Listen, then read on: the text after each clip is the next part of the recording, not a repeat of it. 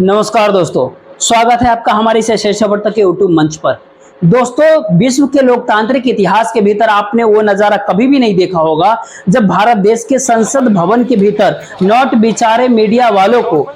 Container नुमा एक बक्से के भीतर बंद कर दिया जाए। लोकतंत्र का चौथा पिलर जो दरअसल कब से कंटेनर नुमा बक्से के भीतर करीब करीब बंद ही हो गया था, आज उसकी सार्वजनिक अभिव्यक्ति भी आपने देखा इस वीडियो के माध्यम से कि इस देश के नोट बिचारे मीडिया वाले कंटेनर नुमा बक्से में बंद हो गए। लेकिन क्या इस भारत देश के आम आदमी की परिस्थिति भी नोट बिचारे वाली बनी हुई है? और क्या इस भारत देश के भीतर इनकम टैक्स देने वाले, इनकम टैक्स भरने वाले लोगों में 64% लोग इस भारत देश के जीरो इनकम टैक्स रिपोर्ट भरते, यानी कोई इनकम टैक्स नहीं देते। इस भारत देश के भीतर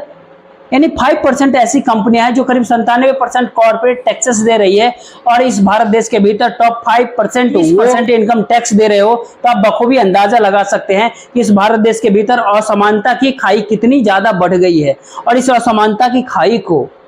बजट बनाने वाली टीम जो वित्त मंत्रालय के भीतर बैठती है, हलवा सेरेमनी की फोटो दिखाते हुए, जब लोकतंत्र के भीतर नेता प्रतिपक्ष कहा जाने वाला व्यक्ति प्रतीकात्मक रूप से रिप्रेजेंटेशन की, प्रतिनिधित्व की बात करते हुए सामने लाने की कोशिश करता है,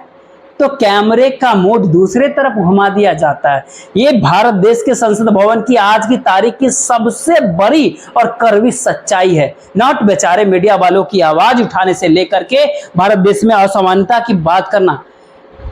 इनइक्वालिटी की बात करना, रक्षा मंत्री को झूठ जो बोलते हैं उसकी उजागर करना, ऐसा झूठ जिस झूठ में रक्षा मंत्री खुद सदन के भीतर कहते हुए नजर आए कि करोड़ों रुपए के मुआवजा दिया गया। मुआवजा और इंश्योरेंस में, बीमा और मुआवजा में अंतर होता है साहब। ये फर्क जब सदन के भीतर कोई बताने की प्रयास करे तो सत्ता पक्ष की परिस्थिति बिल्कुल लाचार की तरह हो जाती है। लेकिन ये लाचार की जब आसन की तरफ से दिखाई देने लगे तो बखूबी आप सोच सकते हैं कि आखिर संसद भवन के भीतर फोटो दिखाने से क्यों मना किया जाता है। इसी सदन के भीतर, इसी संसद के भीतर आपने कई बार देखा होगा, हमने कई बार देखा है, इंडियन एक्सप्रेस अखबार की प्रति लहराते हुए विपक्ष के नेता लाल कृष्ण आडवाणी इसी संसद भवन के भीतर तमाम तरह के फुटेज की, यहां तक कि गैर सौर बोर्ड का जब मामला जब सामने आया था ना, तो तब बीजेपी के लोग, भारतीय जनता पार्टी के मनमोहन सिंह के खिलाफ गैस, वो सारे सदन की कार्रवाई का हिस्सा बनते हुए इस दौर में नजर आए थे। लेकिन आज फोटो दिखाने के ऊपर आपत्ति है, मीडिया बाइट नहीं ले सकता। अभिनेत्रियां संसद में आए जो संसद के सदस्य भी नहीं है, वो संसद में आए और संसद के भीतर जो मीडिया है संसद के बाहर उसको बाइट दे सके।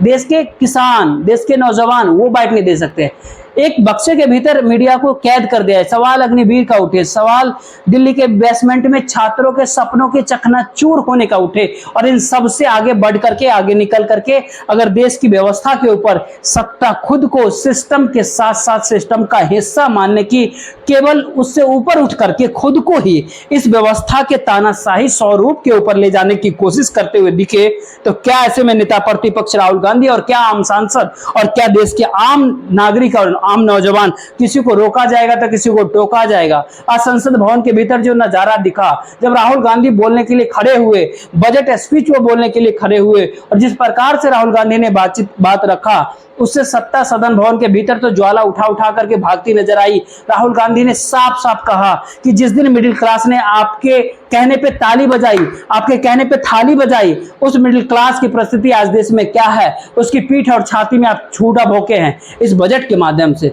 और सच में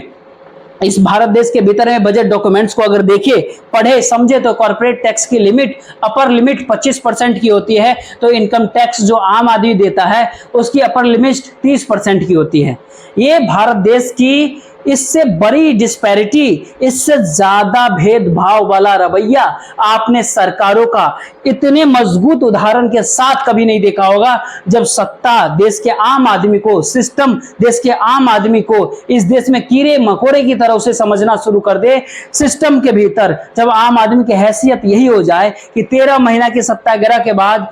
अगर इलेक्शन में आए तो किसानों के खिलाफ जाने वाले विवादास्पद किसी कानून भी न बदला जाए। आप संवेदनशीलता की हदें इस लेवल तक पहुंच जाए कि जब मणिपुर जल रहा हो, दिल्ली में चूं तक नहीं रेंगती, जब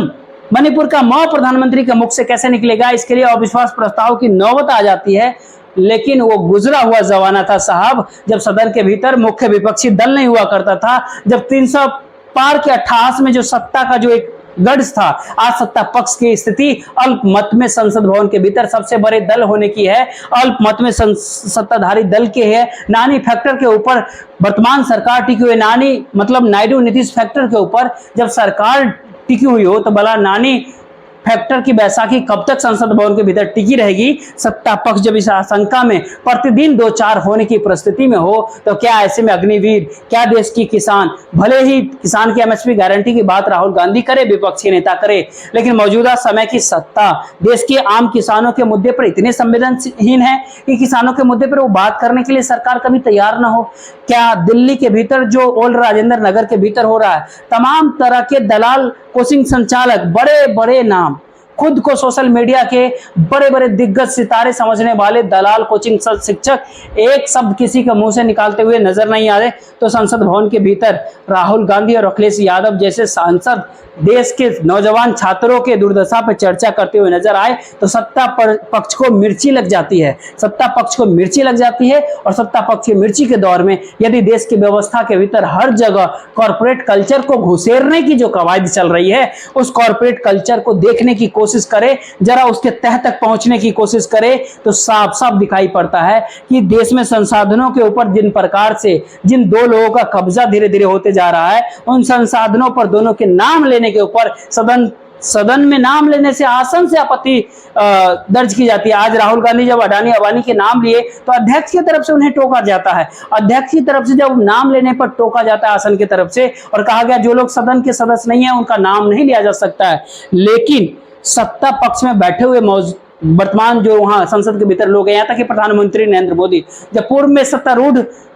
मतलब लोगों का नाम ले लेकर के बात करते थे तब आसन की तरफ से टोका नहीं जाता था। और ये कभी रवायत ही नहीं रही है कि जो व्यक्ति सदन का सदस्य नहीं है उसका संसद के भीतर नाम नहीं लिया जाए। कई बार ऐसा हुआ, जो व्यक्ति अक्सर होता है कि इस भारत देश के 142 करोड़ लोगों में से कोई एक व्यक्ति जिससे संबंधित मुद्दा हो उसका नाम संसद भवन के भीतर लेने की, उसको रोकने की कोई कवायद अगर आसन की तरफ से या किसी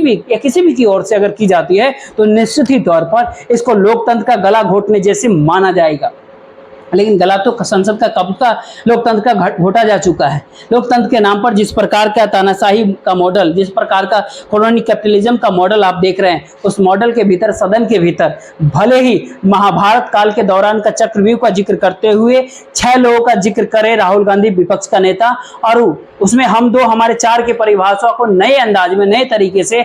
सामने लाने की प्रयास राहुल गांधी करे तो इसमें आपत्ति राहुल आसन को नहीं होनी चाहिए थी। आज तक आप देखते आए होंगे, सुनते आए होंगे हम दो हमारे दो, आज तो हम दो हमारे 4 की बात राहुल गांधी विपक्ष के नेता कर रहे थे। 6 लोगों की चक्रव्यूह के भीतर की बात कर रहे थे। 6 लोगों में कौन कौन से नाम थे जिसमें इस देश की मिडिल क्लास और गरीबों का गला घोटने वाले, किसान महिलाओं को, युवाओं का गला घोटने वाले जिन 6 नाम लिए राहुल गांधी ने, उसमें नरेंद्र मोदी, अमित शाह, अजीत डोभाल, मोहन भागवत, अडानी साहब और अंबानी साहब। इन 6 लोगों, जब इन 6 लोगों के चक्रव्यूह के भीतर रहने की बात राहुल गांधी कर रहे थे तो फिर टोका टाकी आसन की ओर से आई। शायद यह कल्पना संविधान निर्माताओं ने तो कभी बिल्कुल नहीं किया होगा, लोकतंत्र को फलते फूलते देखने वाले लोग ने भी कभी नहीं किया होगा। महात्मा गांधी के सिद्धांत अपनी जगह, राजा और रंग की समान अधिकारों को सुनिश्चित करने की बातें अपनी जगह, संसद भवन के भीतर पार्लियामेंट के भीतर बोलने की आजादी अपनी जगह, और संसद के भीतर आचार संहिता थोपने के नाम पर तानाशाही थोपने वाली व्यवस्था अपनी जगह। और जब इन सारी व्यवस्थाओं के बीच में करीब करीब 250 सांसदों वाला विपक्ष अगर मौजूद हो संसद भवन के भीतर, जो कभी भी सत्ता पक्ष में तब्दील होने की मातदा रखता हो, तो चाहे तानाशाही का किसी रूप में थोपा जाए, नोट बेचारे मीडिया वालों को कंटेनरनुमा किसी बक्से में बंद कर दिया जाए, या फिर लोकतंत्र कंटेनरनुमा बक्से में बंद कभी नहीं हो सकता। लोकतंत्र आज हालत यह है कि 250 के करीब विपक्ष क्या पहुंचा संसद के भीतर, नेता प्रतिपक्ष के बोलने के सदन से प्रधानमंत्री ऐसे नदारत रहते हैं। आप नेता प्रतिपक्ष जब बोलते हैं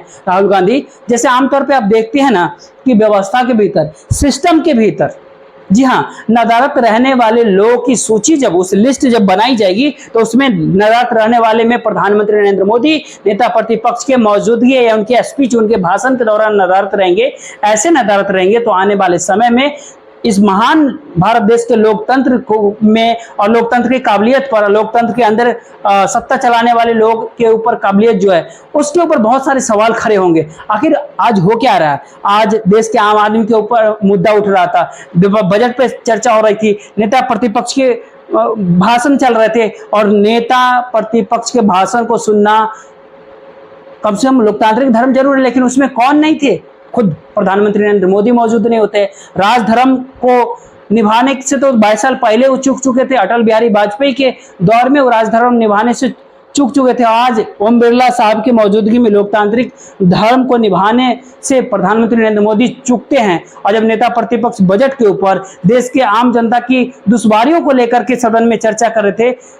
सदन से आज प्रधानमंत्री नरेंद्र मोदी का झोला उठ गया। और झोला नरेंद्र मोदी प्रधानमंत्री से सदन से उठा, कल को कुछ और लोगों का उठ जाएगा। क्योंकि जिस प्रकार से हो सकता है, जिस प्रकार से जनता के मुद्दे पूरी ताकत के साथ आ रहा है, या जनता के मुद्दे शंभू बॉर्डर के किसानों से, या ओल्ड राजेंद्र नगर के नौजवान युवा छात्रों का हो, या कोटा के छात्रों का हो, चाहे इस भारत देश के भीतर कास्ट सेंसस का हो, चाहे ओल्ड पेंशन स्कीम के हो, चाहे किसानों के एमएसपी गारंटी की हो, चाहे सीबीआई ईडी के दुरुपयोग का हो, चाहे इन सब के बीच आप रख करके अगर देखें तो देश के लोकतांत्रिक संस्थानों की सुचिता का हो, तो इन सब सवालों को अगर आप सवाल उठाने की जब इस पे बारी आएगी, सांसदों की बाइट की जब बारी आएगी, तो मीडिया कंटेनर बंद मिलेगा। मीडिया कंटेनर में नॉट बेचारा मीडिया कंटेनर बंद मिलेगा। दरअसल ये कंटेनर बंद करने की जो एक कवायद है, राहुल गांधी ने उस मानसिकता के ऊपर आज सवाल उठाया। उस कवायद के मानसिकता पे आज चोट करने के बाद जिस तरीके से सदन का माहौल बदला राहुल गांधी ने, विपक्ष के नेता ने, उसमें इस सरकार कितने दिन तक टिकेगी, ये अपने आप में सवालों के घेरे में तभी खड़ा होता है जब बिहार के सुशासन बाबू यानी नीतीश कुमार के सामने भी दुविधा की स्थिति है। आखिर 9वीं अनुसूची के आरक्षण का मुद्दा सुप्रीम कोर्ट में भी हाई कोर्ट के फैसले के पे स्टे लगाने से मना करने के बाद सीधे सीधे नरेंद्र मोदी और उनके कैबिनेट के कोर्ट में पहुंच जाता है, तो आर पार का फैसला तो नीतीश कुमार को ही करना होगा। जी हाँ, क्या वो जनाधार के साथ समझौता करके अपनी राजनीति को विसर्जित करते हुए नरेंद्र मोदी के साथ सुशासन बाबू टिके रहेंगे, या जनाधार बचाने के लिए आरक्षण बढ़ाने वाले फैसले को लेकर नरेंद्र मोदी का साथ छोड़कर उस गठबंधन के साथ जुड़ जाएंगे जो 9वीं अनुसूची के मुद्दे पर भी उनके साथ है?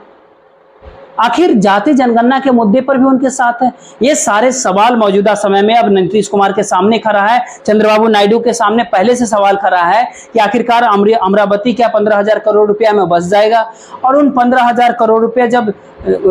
एक कर्ज के रूप में मिलेगा तो एक नया बसा हुआ कर्ज, उस लोन को, उस कर्ज को चुका पाने की स्थिति में होगा। यानी उदारता और उदारता, जी उदार लोन की खिड़की खोले बिना चंद्रबाबू नायडू का कल्याण कभी भी नहीं हो सकता है। उदार बनने की जगह उधार बनने और उधार देने की कोशिशों के साथ चंद्रबाबू नायडू और बचे कुछ आंध्र प्रदेश का जो कल्याण नहीं हो सकता, ठीक इसी प्रकार से बिना 9वीं अनुसूची के नीतीश कुमार की राजनीति और नीतीश कुमार के वोट बैंक के साथ जो जज्बात जुड़े हुए हैं, इन सारे जज्बातों का समाधान नहीं में निकल सकता। और जो विपक्ष के नेता राहुल गांधी मुद्दे उठा रहे हैं, चाहे इन दोनों के, चाहे टीडीपी हो, चाहे जनता दल यूनाइटेड जेडीयू हो, चाहे बिहार हो, आंध्र प्रदेश हो, अमरावती हो, पटना हो या महाराष्ट्र हो, इन सब सारे मुद्दों के सब साथ सीधे जुड़ता हुआ नजर आए तो संसद भवन के भीतर आपने जो देखा वो तो केवल ट्रेलर है। अभी तो सदन से झोला उठा है साहब। साउथ ब्लॉक, नॉर्थ ब्लॉक से झोला उठाने की क्या वो पूरी स्क्रिप्ट राहुल गांधी ने क्या लिख दिया है? आने वाले समय में इसका इंतजार रहेगा। लेकिन जिस ढंग से राहुल गांधी ने मिडिल क्लास से लेकर के गरीबों की, नौजवानों की, महिलाओं की, पेंशनर की, उसके साथ अग्निवीर की, किसानों की एमएसपी गारंटी देने की, और सबसे आगे निकल करके इस भारत देश के भीतर भागीदारी के डिस्क्रिमिनेशन की नीति बनाने वाले जो लोग में कितने प्रतिशत वंचित समाज के लोग हैं, एससी एसटी के लोग हैं, शेड्यूल ट्राइब्स के लोग हैं, तो इन सब पे जब सवाल उठाते हैं तो स्वाभाविक सी बात है कि उत्तर प्रदेश के भीतर अखिलेश यादव के पीडीए से जो घबराहट है, बिहार में नीतीश कुमार ने जिस प्रकार से बिसात बिछाया जाति जनगणना और आरक्षण की, उसमें दूसरे राज्य में फैलने से जो घबराहट है, उस घबराहट से के बीच अब सत्ता पक्ष के पास कोई विकल्प नहीं बचता है केवल सत्ता को छोड़ के चले जाने की। क्या सत्ता सदन के नेता ही छोड़ करके जाएंगे, या आसन की भी किसी दिन सत्ता छोड़ करके चले जाएगी? ये कई सारे सवाल मौजूदा समय में खड़े हो चले हैं, और इन सारे सवालों के मद्देनजर एक बात साफ होती है कि राहुल गांधी ने विचार विमर्श का स्तर बदल लिया है। विमर्श का स्तर जब राहुल गांधी विपक्षी नेता बदलते हैं तो इस देश की राजनीतिक पिच ही बदल गई है। जब राजनीतिक पिच इस देश की बदल गई है तो राजनीतिक बॉल का जो बाउंसर होता है ना साहब, उस झेल पाने की स्थिति में अब वैसे हेलमेट अभी देश की वर्तमान सत्ता बनाई नहीं है जो उस बाउंसर को झेल ले। और आने वाले समय में आप देखते रहिए कि आखिर होता क्या है। झोला तो करीब करीब नरेंद्र मोदी का उठ चुका है। फिलहाल के लिए देखते रहिए इतना ही। इस वीडियो को ज्यादा से ज्यादा लोगों तक शेयर जरूर कीजिएगा, वीडियो को लाइक कर लीजिए और चैनल को सब्सक्राइब जरूर कीजिएगा। जय हिंद।